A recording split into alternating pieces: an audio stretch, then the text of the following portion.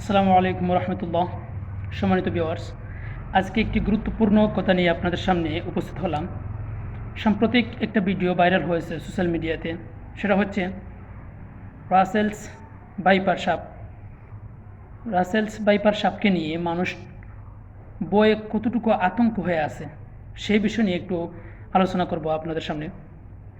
আসলে যে মানুষগুলা রাসেলস ভাইপার সাপকে নিয়ে বইয়ে আতঙ্কিত হয়ে আছে, ওই মানুষগুলো যদি আল্লাহকে ভয় করার মতো করতো, যদি কবরকে ভয় করতো, তাহলে এই সাপটাকে নিয়ে এতটুকু ভয়ে আতঙ্কিত হতো না। কারণ এই সাপটা তো আল্লাহর চাইতে বড় না। এই সাপটা আল্লাহর চাইতে বড় না, এটা হচ্ছে আল্লাহর সৃষ্টি।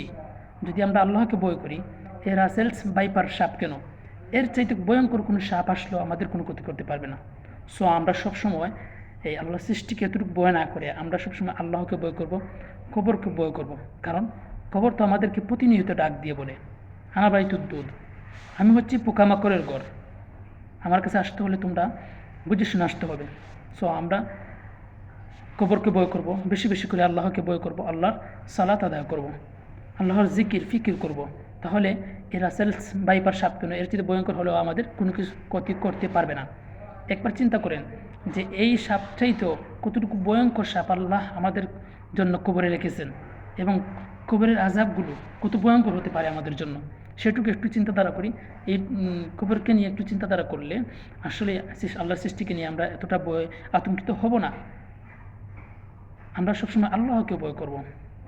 সো এই জিনিসটা সবাই মাথাতে রাখবো।